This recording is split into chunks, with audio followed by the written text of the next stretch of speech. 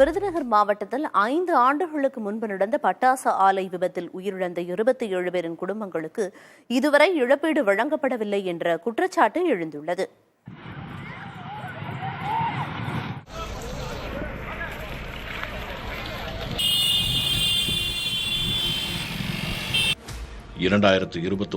ஆண்டு இதே நாளில்தான் விருதுநகர் அச்சங்குளம் அருகேயுள்ள ஸ்ரீ மாரியம்மன் பட்டாசு ஆலையில் அந்த கோர விபத்து நேரிட்டது.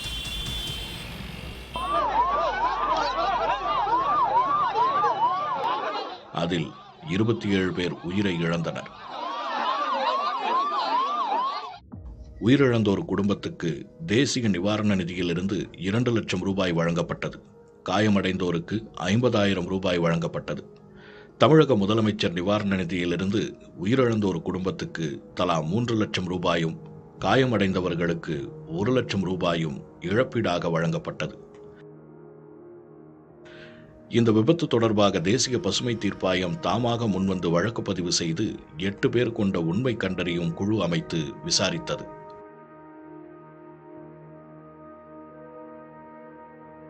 அதன் அடிப்படையில் உயிரிழந்தோர் குடும்பத்துக்கு தலா 20 லட்சம் ரூபாயும், 50% மேல் தீக்காயம் அடைந்தவர்களுக்கு தலா 15 லட்சம் ரூபாயும், 25 முதல் 50% தீக்காயம் அடைந்தவர்களுக்கு தலா 10 லட்சம் ரூபாயும், 5% முதல் 25% வரை தீக்காயம் அடைந்தவர்களுக்கு தலா 5 லட்சம் ரூபாயும் வழங்க பசுமை தீர்ப்பாயம் உத்தரவிட்டது. அதேபோல் சிறுகாயம் அடைந்தவர்களுக்கு தலா 2 லட்சம் ரூபாயும் நிதியுதவி வழங்க உத்தரவிட்டது. பசுமை தீர்ப்பாயத்தின் உத்தரவை எதிர்த்து தமிழக அரசு தொடர்ந்த மனுவை உச்சநீதிமன்றம் கடந்த செப்டம்பர் மாதம் தள்ளுபடி செய்து உத்தரவிட்டது. இழப்பீட்டுத் தொகையை வழங்கி அறிக்கை தாக்கல் செய்ய வேண்டும் என தமிழக அரசுக்கு தெரிவிக்கப்பட்டது.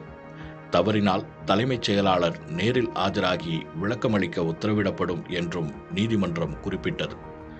நீதிமன்றம் உத்தரவிட்டு 5 மாதங்களாகியும் இன்னும் இழப்பீடு வழங்காமல் தமிழக அரசு காலம் தாழ்த்தி வருகிறது. பட்டாசு ஆலை விபத்தில் 7 மாத கர்ப்பிணி உட்பட மொத்தம் 27 பேர் உயிரிழந்தனர். இந்த கோர விபத்தில் தந்தையை இழந்த 2 பிள்ளைகள் தங்களது கல்வியை தொடர முடியாத நிலையில் வறுமையின் கோர பிடியில் சிக்கியுள்ளனர். பல குடும்பங்கள் பாதிக்கப்பட்டுள்ளன.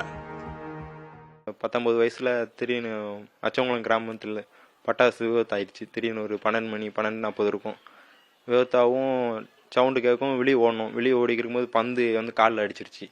காலில் அடிக்கவும் எங்கள் ஊர் ஜிஹெச் கூப்பிட்டு வந்தாங்க. இங்கே பார்க்க முடியாது அப்படின்ட்டு சாத்தூர் ஜிஹெச் கூப்பிட்டு போனாங்க. அங்கே கூப்பிட்டு போய் வண்டியில் டச்சரில் தள்ளி வெளியே அனுப்பி விட்டாங்க. வெளியே தான் ரொம்ப நேரம் இருந்தது. அதுக்கப்புறம் அவ்வளோ கண்டுக்கலாம் ப்ரைவேட் ஆஸ்பத்திரியில் போய் சேர்த்தாங்க. ப்ரைவேட் ஆஸ்பத்திரியில் போய் சேர்க்கவும் ஒரு 2-3 நாளாக ஆப்ரேஷன் பண்ணிடுவோம், கால் கொஞ்சம் பிளேட் வச்சு சரி பண்ணிடலான்னாங்க. அது 3ஆவது நாள் நைட்டு எங்கள் ஊருக்காங்க வீட்டாலெலாம் போய் இன்னும் அந்த பெயின் பண்ணலை, ரொம்ப இதாக இருக்குது அப்படின்னு கேட்கவும் அவங்க டாக்டர் சொன்னார், காலை எடுக்கணும், 13 லட்சம் நீங்கள் அதை கட்டணும் அப்படின்னாரு. வாழ்வதற்கு வேறு வழியின்றி பாதிக்கப்பட்ட குடும்பத்தினரே மீண்டும் பட்டாசு ஆலைகளுக்கு பணிக்கு செல்லும் நிலைக்கு ஆளாகியுள்ளனர். இதில் உச்சபட்ச கொடுமை ஒன்றும் இருக்கிறது. உயிரிழந்த குடும்பத்தினருக்கு ஆலை நிர்வாகம் அளித்த காசோலைகள் போலியானவை என தெரிவிக்கின்றனர் பாதிக்கப்பட்டவர்கள்.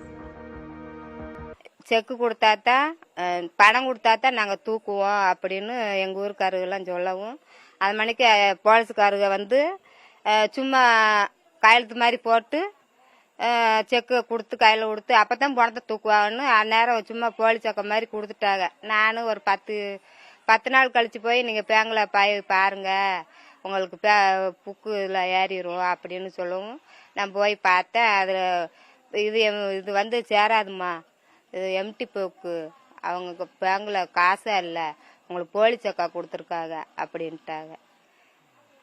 அதோட சரி நான் எங்கே அலைய இப்போ அங்கிட்டு இங்கிட்டு நான் ஒத்தியில் எங்கிட்ட அலையன்னு அப்படியே விட்டுட்டேன். நான் பட்டாசு ஆலை விபத்து நடந்து 5 ஆண்டுகளாகியும் போதிய நிதியும் நீதியும் கிடைக்காமல் போராடி வருகின்றன பாதிக்கப்பட்டோரின் குடும்பங்கள். புதிய தலைமுறைக்காக ஒளிப்பதிவாளர் குணாவுடன் செய்தியாளர் பிரசன்ன வெங்கடேஷ்.